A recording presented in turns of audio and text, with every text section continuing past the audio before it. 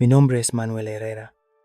Tengo 78 años y estas manos que tiemblan ligeramente mientras escribo han conocido tanto el amor incondicional como el abandono más cruel.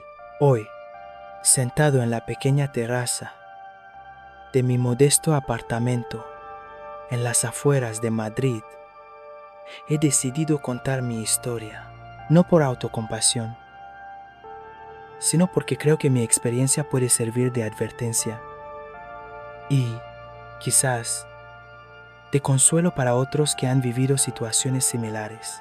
Durante 63 años, creí que sabía lo que era el amor familiar.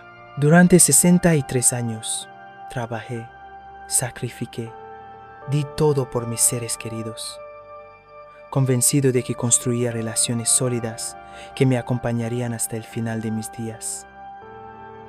Qué equivocado estaba. Nací en 1945 en un pequeño pueblo de Castilla-La Mancha, hijo de campesinos humildes, pero trabajadores. Mi padre, Francisco, era un hombre de pocas palabras, pero de manos incansables. Mi madre, Mercedes, tenía esa sabiduría práctica que solo da la experiencia de criar una familia en tiempos difíciles. Éramos pobres, pero nunca nos faltó amor.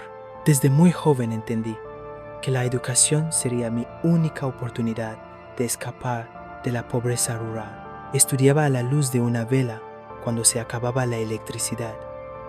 Caminaba 12 kilómetros diarios para llegar al instituto del pueblo vecino.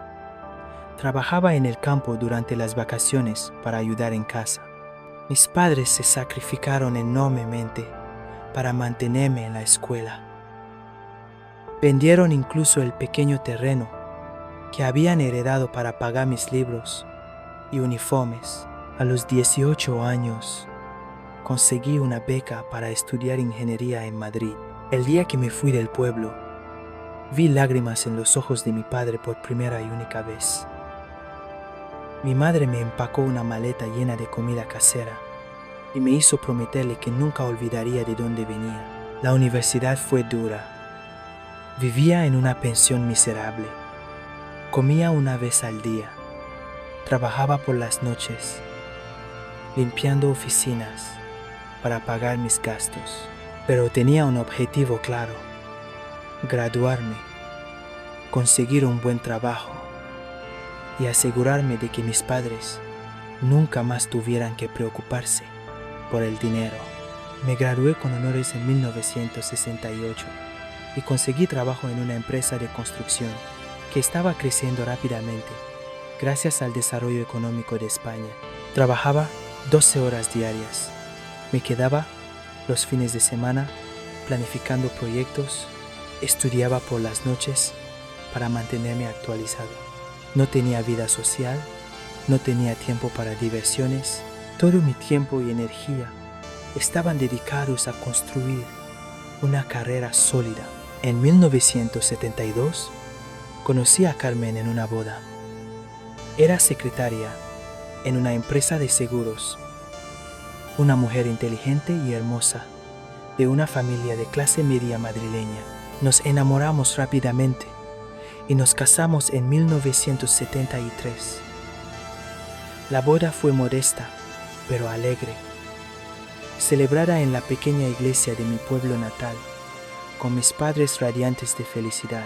Carmen y yo alquilamos un pequeño apartamento en Madrid. Yo seguía trabajando obsesivamente, ahora con la motivación adicional de construir un futuro para nuestra nueva familia. Carmen era comprensiva al principio. Entendía que mi dedicación al trabajo venía de mi deseo de darle una vida mejor. Nuestro primer hijo, Francisco, nació en 1975. Cuando lo tuve en mis brazos por primera vez, sentí una responsabilidad que jamás había experimentado. Este pequeño ser dependía completamente de mí y yo haría cualquier cosa para protegerlo y darle oportunidades que yo no había tenido. Luego vinieron Carmen, 1977, y Diego, 1980. Con cada hijo que llegaba, mi determinación se intensificaba. Quería que estudiaran en los mejores colegios, que tuvieran todo lo que necesitaran, que nunca conocieran la inseguridad económica que había marcado mi infancia. Para lograrlo, trabajaba cada vez más. Ascendí rápidamente en la empresa. Me hice indispensable en proyectos importantes. Empecé a ganar bien, pero el precio era alto. Llegaba a casa cuando los niños ya estaban durmiendo. Salía antes de que despertara.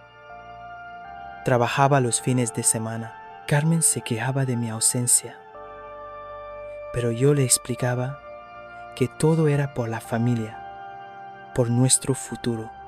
En 1985 decidí independizarme y crear mi propia empresa de ingeniería. Fue un riesgo enorme.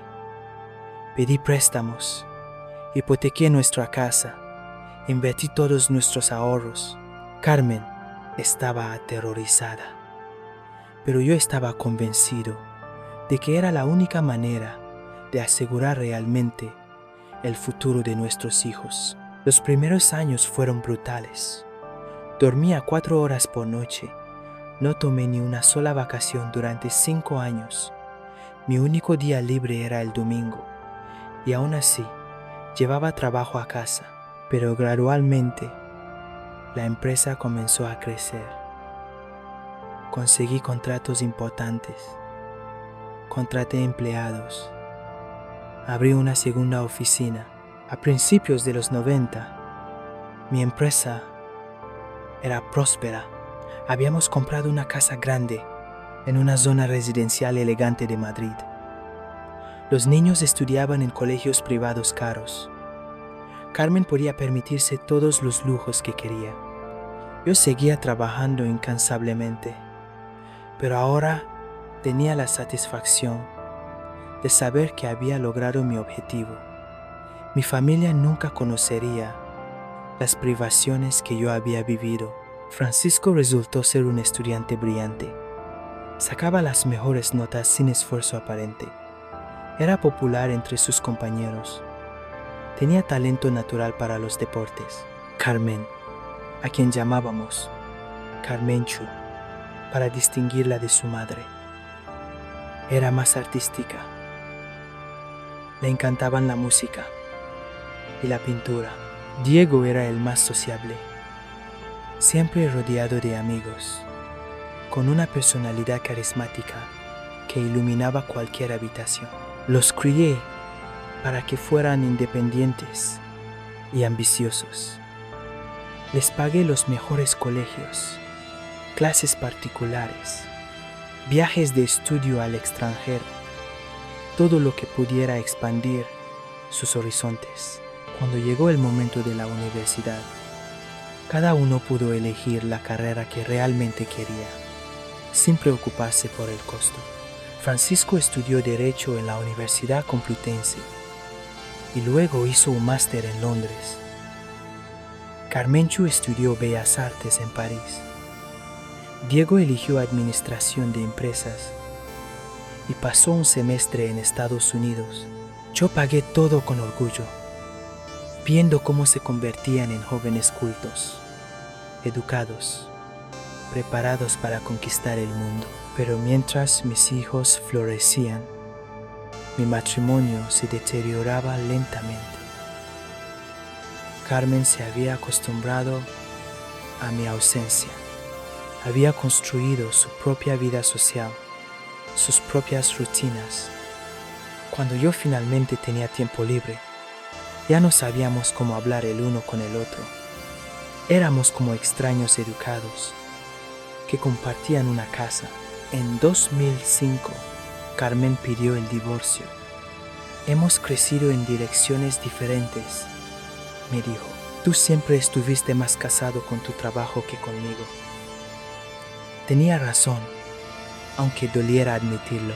Durante 32 años, había antepuesto la seguridad económica de mi familia a la construcción de relaciones emocionales sólidas. El divorcio fue amigable. Carmen se quedó con la casa. Yo me mudé a un apartamento más pequeño, pero cómodo. Los niños, ya adultos, lo tomaron con filosofía. Era inevitable, me dijeron. Ustedes no eran felices juntos.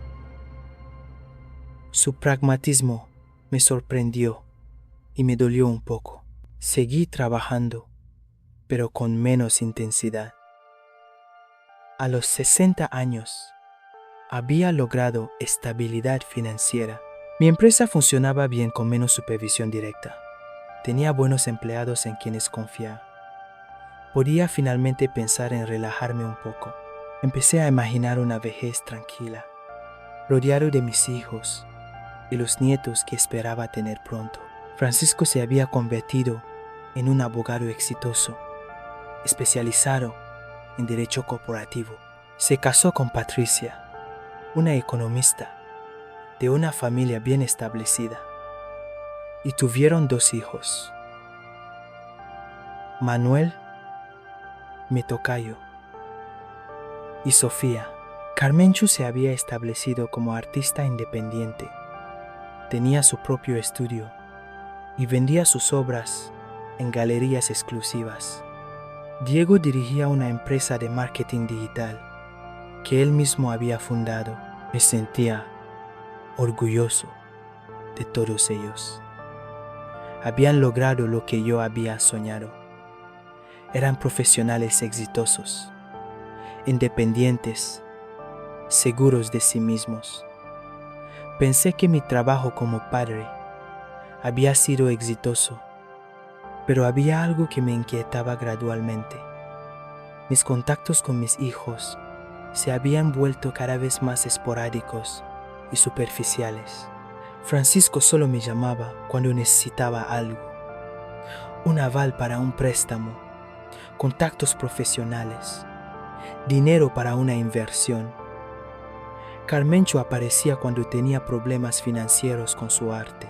Diego me visitaba principalmente cuando quería impresionar a algún cliente, llevándolo a cenar a un restaurante caro que yo pagaba. Sus conversaciones conmigo eran cordiales, pero distantes. Me preguntaban por mi salud, me contaban superficialidades sobre sus vidas, pero nunca había intimidad real.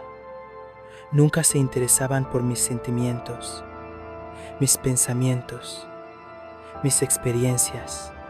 Yo era más un recurso útil que un padre querido. Cuando intentaba profundizar las conversaciones, cuando trataba de compartir mis preocupaciones o mis reflexiones sobre la vida, cambiaban de tema rápidamente o encontraban excusas para terminar la visita. Era como si mi valor se limitara a mi función como proveedor económico, no como persona. En 2008, a los 63 años, mi mundo se desplomó de la manera más inesperada. Durante un chequeo médico rutinario, los doctores encontraron algo preocupante. Más exámenes revelaron que tenía cáncer de próstata en etapa avanzada. No era terminal inmediatamente, pero requería tratamiento agresivo y cambiaría significativamente mi calidad de vida. Cuando llamé a Francisco para contárselo, su primera reacción fue práctica, no emocional. ¿Qué dice el médico sobre tu capacidad para seguir trabajando?, preguntó. No, ¿cómo te sientes? Oh, ¿en qué puedo ayudarte? Sino preocupación por mi productividad. Francisco, le dije, tengo cáncer. Necesito apoyo de mi familia. Por supuesto, papá. Haremos lo que podamos. Pero tienes que entender que todos tenemos nuestras propias responsabilidades. Carmenchu reaccionó con drama, pero sin sustancia. Lloró por teléfono, me dijo cuánto me quería, pero cuando le pregunté si podría acompañarme a algunas de mis citas médicas, siempre tenía compromisos previos. Diego fue el más directo. Papá, ¿tienes dinero suficiente para contratar la mejor atención médica? No veo por qué necesitas que nosotros reorganicemos nuestras vidas. El tratamiento fue brutal. Quimioterapia que me dejaba exhausto y nauseado. Radiación que quemaba mi piel. Medicamentos que afectaban mi estado de ánimo y mi energía. Perdí peso, perdí cabello, perdí la fuerza que había tenido toda mi vida. Durante esos meses difíciles, esperé que mis hijos aparecieran. Esperé llamadas frecuentes, preguntando por mi bienestar. Visitas para hacerme compañía. Ofertas de ayuda con las tareas domésticas que se habían vuelto difíciles para mí. Esperé que entendieran que su padre, que había trabajado incansablemente para darles todo, ahora necesitaba algo de ellos. Las llamadas eran esporádicas y breves. Las visitas eran raras y claramente obligatorias. Cuando venían, se quedaban el tiempo mínimo socialmente aceptable. Miraban constantemente sus teléfonos. Parecían incómodos con mi aspecto debilitado. La soledad era asfixiante. En mi apartamento vacío, rodeado de recuerdos de una vida dedicada al trabajo y al sacrificio por otros, me di cuenta de que había construido relaciones basadas en transacciones económicas, no en vínculos emocionales genuinos. En diciembre de 2008, tuve una recaída que requirió hospitalización. Pasé 3 semanas en el hospital, algunas de ellas en cuidados intensivos. Francisco vino una vez, Carmenchu 2 veces. Diego nunca apareció. Sus visitas duraban menos de 1 hora, y era evidente que estaban cumpliendo con una obligación desagradable, más que expresando amor paternal. Una enfermera llamada Elena, una mujer de unos 50 años, con ojos bondadosos, notó mi soledad. ¿Dónde está su familia?, me preguntó una tarde, después de que pasé otro día sin visitas. Están ocupados, respondí, tratando de sonar comprensivo en lugar de herido. Señor Herrera, me dijo gentilmente, yo he visto muchas familias en este hospital. Las que realmente se preocupan encuentran tiempo, sin importar cuán ocupadas estén. Sus palabras fueron como un puñal, pero también como una revelación. Tenía razón. Si mis hijos realmente se preocuparan por mí como yo me había preocupado por ellos, encontrarían la manera de estar presentes. Salí del hospital debilitado físicamente, pero con una claridad mental dolorosa.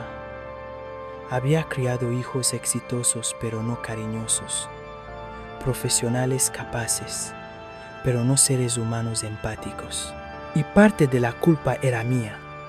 Había modelado una vida donde el trabajo y el éxito material eran más importantes que las relaciones y los sentimientos. Durante mi convalecencia en casa, tomé una decisión difícil. Llamé a cada uno de mis hijos y les dije que necesitaba hablar con ellos. Los cité a todos para una reunión familiar. Un domingo por la tarde llegaron de mala gana, claramente irritados por tener que reorganizar sus planes de fin de semana. Francisco llegó tarde desde el golf. Carmenchu se quejó de tener que cancelar una exposición. Diego contestaba mensajes de trabajo en su teléfono durante toda la conversación. Quiero hablar con ustedes sobre nuestra relación. Comencé. Papá, me interrumpió Francisco. Si esto es sobre dinero, ya sabes que puedes contar con nosotros si necesitas algo. No es sobre dinero, respondí. Es sobre amor, sobre familia, sobre estar presentes el uno para el otro. Los tres se miraron con esa expresión incómoda que ponían cuando yo intentaba conversaciones emocionales. Durante mi enfermedad, me he sentido muy solo. Continué. He necesitado apoyo emocional, compañía, la sensación de que les importo como persona, no solo como fuente de recursos. Por supuesto que nos importas, dijo Carmenchu, pero su tono era defensivo, no consolador. Entonces demuéstrenlo, les pedí. Llámenme, no solo cuando necesiten algo. Vengan a visitarme porque quieren pasar tiempo conmigo. Interésense, o mis sentimientos, o mis pensamientos, o mi experiencia de vida. Papá, dijo Diego con impaciencia. Todos somos adultos con nuestras propias vidas.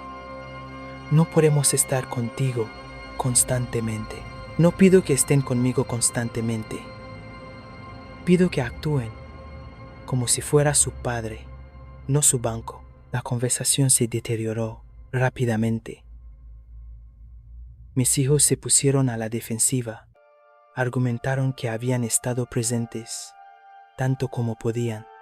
Me acusaron de ser demandante y manipulativo. Francisco me dijo que era egoísta, esperar que reorganizaran sus vidas alrededor de mi enfermedad. Carmenchu lloró y me acusó de hacerla sentir culpable. Diego simplemente se levantó y dijo que no tenía tiempo para dramas emocionales. Se fueron esa tarde, enojados conmigo, y yo me quedé más solo que antes. Pero al menos había dicho la verdad. Había expresado mis necesidades y mis sentimientos, algo que aparentemente los incomodaba profundamente. Durante las semanas que siguieron, los contactos se volvieron aún más esporádicos.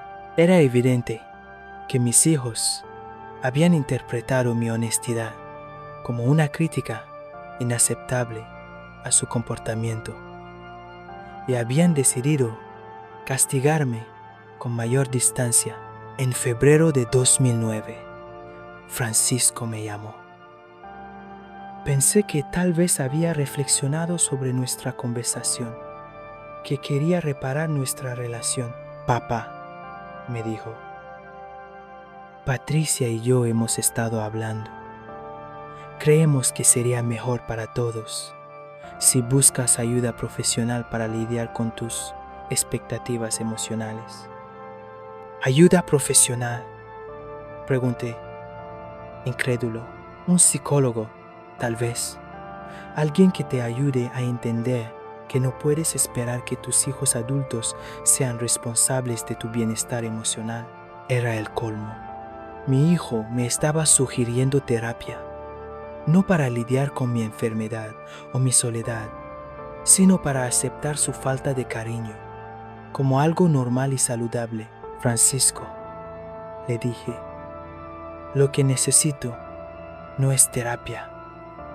Lo que necesito es que mis hijos actúen como familia. Bueno, papá, tal vez tus expectativas de lo que significa familia son irrealistas. Colgué el teléfono, sintiendo como si me hubieran dado un puñetazo en el estómago. Mi propio hijo había redefinido mi necesidad de amor paternal como un problema psicológico que necesitaba corrección profesional. Los meses siguientes fueron de distanciamiento progresivo. Mis llamadas no eran devueltas, mis invitaciones eran rechazadas, mis intentos de comunicación eran recibidos con cortesía fría pero distante. Era como si hubiera cruzado una línea invisible al expresar mis necesidades emocionales, y ahora era persona non grata en las vidas de mis propios hijos. En junio de 2009, Carmenchu me llamó para decirme que se casaba. La boda sería pequeña, solo familia cercana y amigos íntimos, me dijo. Yo estaba invitado, por supuesto, pero cuando pregunté si podría llevar acompañante a Elena, la enfermera del hospital, y yo habíamos comenzado una amistad que se convertía lentamente en algo más, me dijo que no había espacio. En la boda, me senté solo en una mesa al fondo, viendo cómo mi hija celebraba con amigos que parecían importarle más que su propio padre. Durante el discurso, agradeció a todas las personas importantes en su vida. Mencionó a su madre, a su nuevo marido, a sus amigos, a sus mentores artísticos. No mencionó a su padre. Después de esa boda, tomé una decisión dolorosa, pero necesaria. Dejé de iniciar contacto con mis hijos. Decidí esperar a ver si ellos tomarían la iniciativa, si realmente valoraban tener una relación conmigo. El silencio fue ensordecedor. Semanas pasaron sin una sola llamada. Después meses. Mi cumpleaños número 64 llegó y pasó sin felicitaciones. El Día del Padre fue ignorado completamente. La Navidad la pasé solo por primera vez en mi vida. En enero de 2010, Diego me llamó. Mi corazón se aceleró, pensando que tal vez había reflexionado, que quería reparar nuestra relación. Papá, me dijo, necesito que me hagas una referencia profesional para un cliente potencial. ¿Podrías llamar a Diego? Lo interrumpí. ¿Me estás llamando solo para pedirme un favor profesional? Bueno, también quería saber cómo estás, añadió rápidamente, pero el daño estaba hecho. Después de meses de silencio, el primer contacto era para pedirme algo. Estoy bien, mentí, pero no voy a hacer esa referencia. ¿Por qué no? Porque estoy cansado de ser útil para ustedes, solo cuando me necesitan para algo. Papá, no seas dramático. Es solo un favor pequeño. No, Diego. El favor pequeño sería llamar a tu padre de vez en cuando para preguntarle cómo está, sin necesitar nada a cambio. Colgué y no volví a saber de él durante meses. Para 2011, el patrón estaba claramente establecido. Mis hijos me contactaban solo cuando necesitaban algo: dinero, contactos profesionales, avales, favores.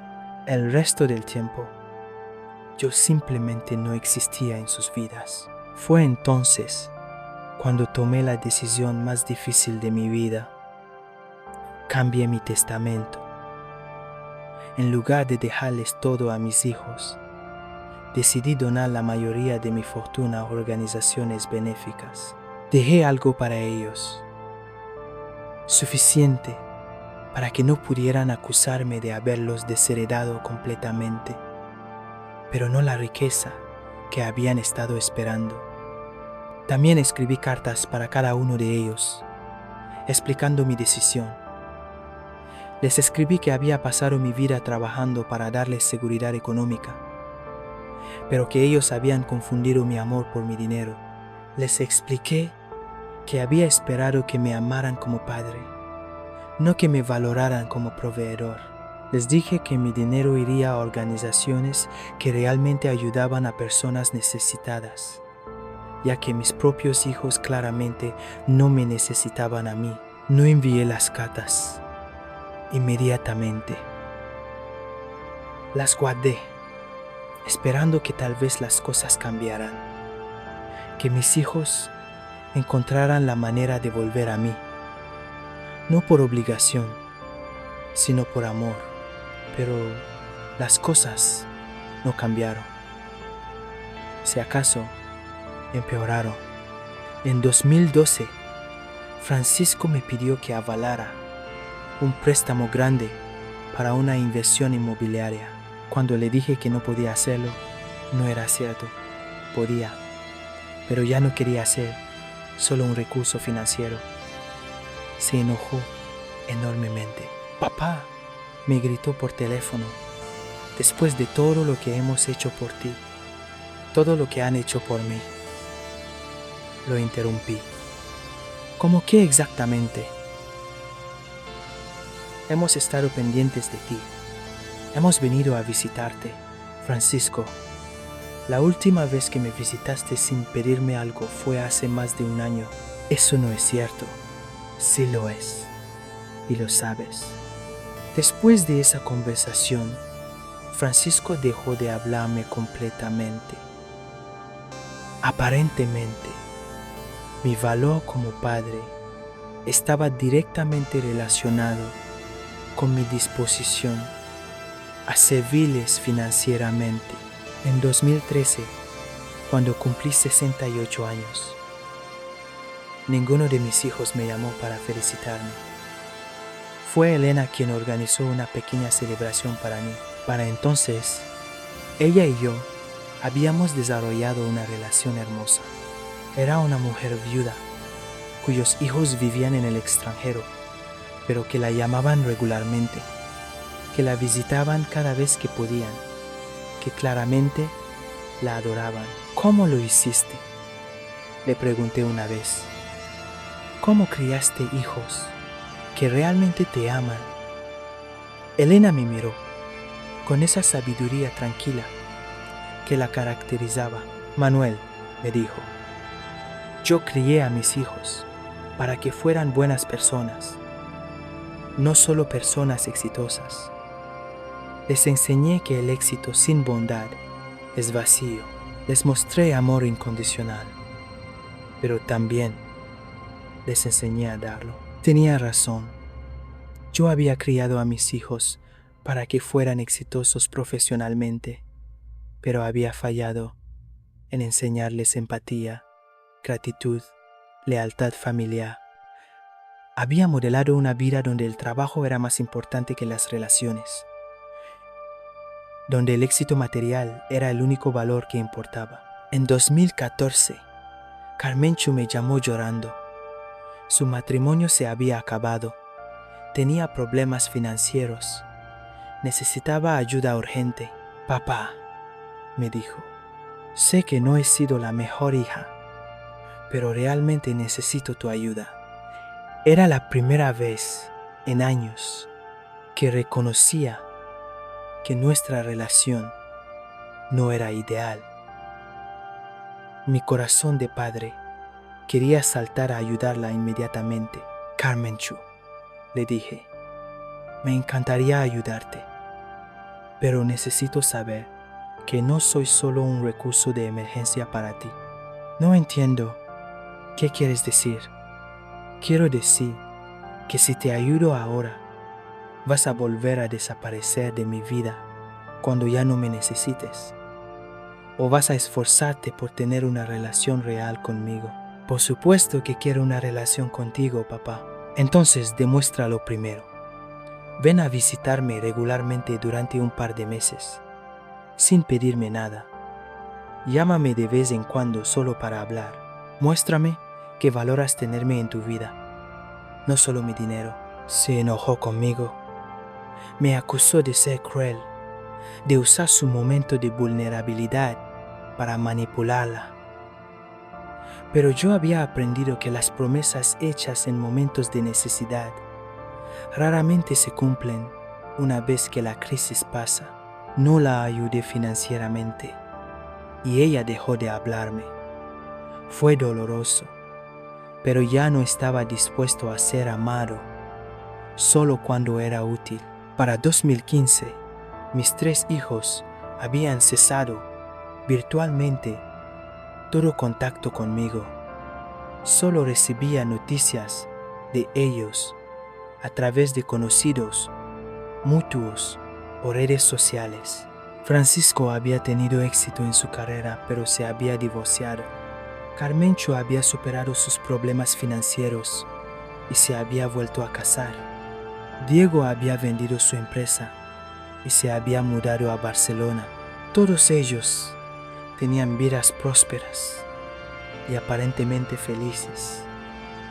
Y ninguno de ellos tenía espacio en esas vidas.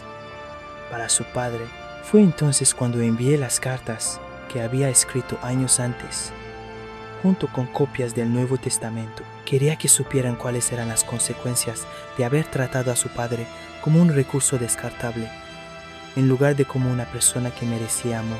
Las reacciones fueron predecibles.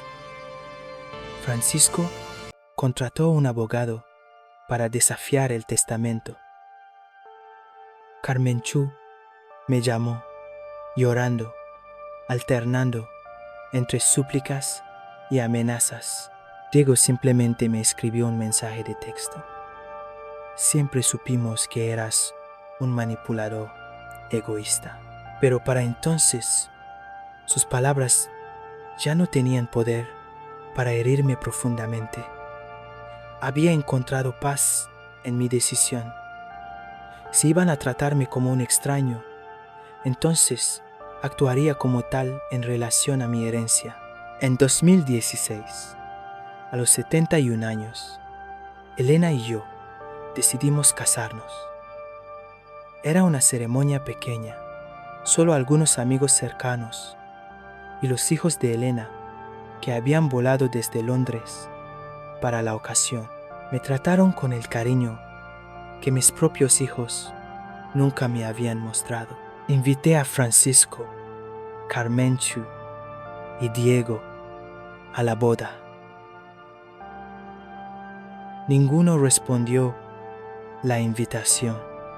El día de mi boda, mientras Elena y yo intercambiábamos votos, miré entre los invitados y vi rostros sonrientes de personas que habían elegido estar ahí por amor, no por obligación. Los hijos de Elena me abrazaron después de la ceremonia y me dieron la bienvenida oficialmente a su familia. Ahora tienes hijos que realmente te aprecian, me susurró Elena al oído durante nuestro primer baile como esposos casados. Los años que han seguido han sido los más felices y tranquilos de mi vida. Elena y yo viajamos, leemos juntos, cuidamos nuestro pequeño jardín, visitamos a sus hijos en Londres. Ellos me llaman Papá Manuel y me tratan con un cariño genuino que mis propios hijos nunca me mostraron. Mis hijastros me preguntan por mis experiencias de vida. Quieren escuchar mis historias, valoran mi consejo, me incluyen en sus decisiones importantes, celebran mis cumpleaños con entusiasmo, me mandan fotos de sus propios hijos. Han llenado el vacío que dejaron Francisco, Carmenchu y Diego. Ocasionalmente, recibo noticias indirectas de mis hijos biológicos. Francisco se volvió a casar y tuvo otra hija. Carmenchu se mudó al extranjero con su nuevo marido. Diego tuvo gemelos. Ninguno de ellos me ha contactado para compartir estas noticias importantes de sus vidas. A veces me pregunto si sienten mi ausencia, si alguna vez reflexionan sobre nuestra relación rota, pero luego recuerdo los años de frialdad, de contactos solo cuando me necesitaban, de amor condicional basado en mi utilidad para ellos. El año pasado recibí una carta de Francisco después de casi una década de silencio. Me escribía porque había tenido una experiencia que lo había hecho reflexionar. Su propia hija adolescente le había dicho que se sentía ignorada por él, que trabajaba demasiado y no pasaba suficiente tiempo con la familia. Papá, escribía, cuando mi hija me dijo eso, me acordé de ti, diciéndonos lo mismo a nosotros años atrás. Creo que finalmente entiendo lo que sentías. ¿Podríamos hablar? Leí la carta varias veces. Parte de mí, la parte que siempre será su padre, quería responder inmediatamente, correr a abrazarlo, perdonar todo, pero otra parte de mí La parte que había aprendido a protegerse después de décadas de dolor era cautelosa. Se la mostré a Elena. Ella leyó cuidadosamente y luego me tomó las manos. ¿Qué sientes que quieres hacer?, me preguntó. No lo sé, admití. Parte de mí quiere creer que ha cambiado realmente, pero he esperado tanto tiempo por cualquier señal de que realmente les importo. El perdón es para ti, no para él, me dijo Elena sabiamente. Pero eso no significa que tengas que exponerte a más dolor. Decidí responder la carta, pero con cautela. Le escribí a Francisco que apreciaba que se hubiera comunicado, que estaba dispuesto a tener una conversación, pero que necesitaba ver acciones consistentes, no solo palabras.